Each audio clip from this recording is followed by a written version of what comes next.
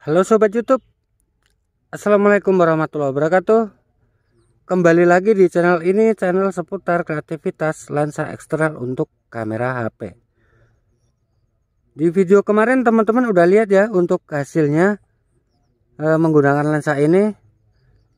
Lensa fix rakitan, lensa fix 100 mili. Ini cakep banget untuk hasilnya, ada di video kemarin. Buat teman-teman yang belum lihat, penasaran, coba teman-teman buka ya. Nah, seperti janji saya yang ada di video kemarin, saya akan review dan juga sepil untuk bahan-bahan optik apa aja yang dipakai, yang digunakan untuk merakit sebuah lensa fix untuk kamera HP. Lensa fix 100 mili ini bisa fokus infinity dan juga makro di jarak 40 cm. Oke, nggak usah lama-lama teman-teman, saya akan coba lepas untuk lensanya dan nanti saya akan jelaskan singkat-singkat aja teman-teman ya, biar durasinya nggak terlalu panjang. Saya lepas dulu. Nah, oke, ini dia lensanya. Nah, jadi ini penampakan lensanya seperti ini teman-teman. Nah, sekarang saya akan jelaskan teman-teman ya. Aduh, di sini saya nggak bawa obeng.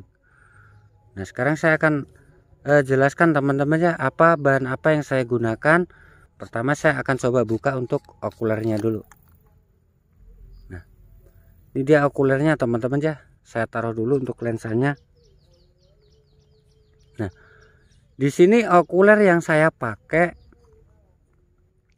Kalau untuk lensa epis nggak usah kita bahas teman-teman ya. Yang penting teman-teman punya dan berapapun ukurannya itu bisa dipakai. Nah, syarat untuk merakit atau membuat lensa untuk HP seperti ini, teman-teman ya harus punya banyak bahan teman-teman ya. Karena saya juga hasil dari coba-coba, hasil dari ngumpulin bahan-bahan bekas. Kadang beli lensa baru kemudian saya bongkar juga. Saya akan lepas untuk prismanya. Jadi di sini saya pakai prisma teman-teman ya. Pakai prisma pembalik. Fungsinya apa? Agar tampilannya tidak terbalik. Tampilan di layar HP maupun hasilnya itu tidak terbalik teman-teman ya. Jadi harus menggunakan prisma. Selain itu juga prisma ini berfungsi untuk memendekkan focal length atau memendekkan fokus teman-teman ya. Nanti saya akan jelaskan di akhir-akhir video. Nah, ini okuler saya pakai 2 lapis lensa epis. Saya pakai 2 lapis lensa epis. Nah, yang depan itu 18 mili dan untuk yang belakang 12 mili. Nah, teman-teman bisa pakai, nggak harus sama ukurannya seperti ini. Teman-teman sesuaikan aja, bisa pakai ukuran berapapun. Nah, kemudian okuler saya gabung ke prisma. Dan ini memang sengaja saya kasih drat gini teman-teman ya, untuk jarak prisma dan okulernya supaya kita bisa sesuaikan. Kalau misalkan prismanya itu kurang maju atau kurang mundur, nah jadi bisa kita sesuaikan karena ini mempengaruhi fokus juga teman-teman. Jadi seperti ini ya, 2 lensa epis, 1 prisma. Kita ke lensanya, kita pasang gini. Oh ya teman-teman, dan ini untuk bodi belakang ini, untuk bodi belakang nih kan masih ada tulisannya teman-teman ya. Nah, jadi ini bodi depan belakang dari lensa wide angle 0,45. Teman-teman bisa pakai dari merek apa aja, itu sama aja teman-teman ya. Karena menyesuaikan holder yang saya punya ini teman-teman ya. Untuk lubang ringnya menyesuaikan yang saya punya holdernya. Nah, kemudian kita ke lensa OB teman-teman ya. Kita lensa OB ada pakai 2 teman-teman. Nah, tuh di sini susah teman-teman karena nggak bawa pinset sih. Saya coba congkel dulu. Ah, ini kan saya ring teman-teman ya.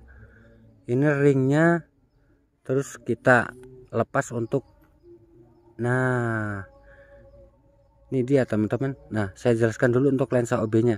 Ini lensa OB saya pakai dari X monokular, sebab saya punya beberapa monokular dan saya lupa yang merek ini apa merek, tapi intinya ini X bekas monokular. Nah, teman-teman bisa pakai dari bekas monokular apa aja, yang penting dia doblet, itu bisa kita gunakan dan hasilnya tajam banget. Nah, sementara ini teman-teman, ini close up 40 mili saya gabung, saya taruh di depan lensa OB dengan jarak itu cuman ring aja, saya ring karet. Ini nggak saya lepas teman-temannya karena nggak bawa obeng untuk buka bautnya. Nah, dengan jarak paling kurang lebih 2 mili teman-teman, supaya nggak nempel aja teman-teman ya, nggak nempel dan nggak ada gesekan antara kedua optik lensa ini. Nah, jaraknya itu saya ring karet kurang lebih jaraknya 2 mili. Nah, ini berfungsi close up 40 mili ini berfungsi dia memendekkan fokus juga teman-teman ya. Jadi dia istilahnya dia penetral juga.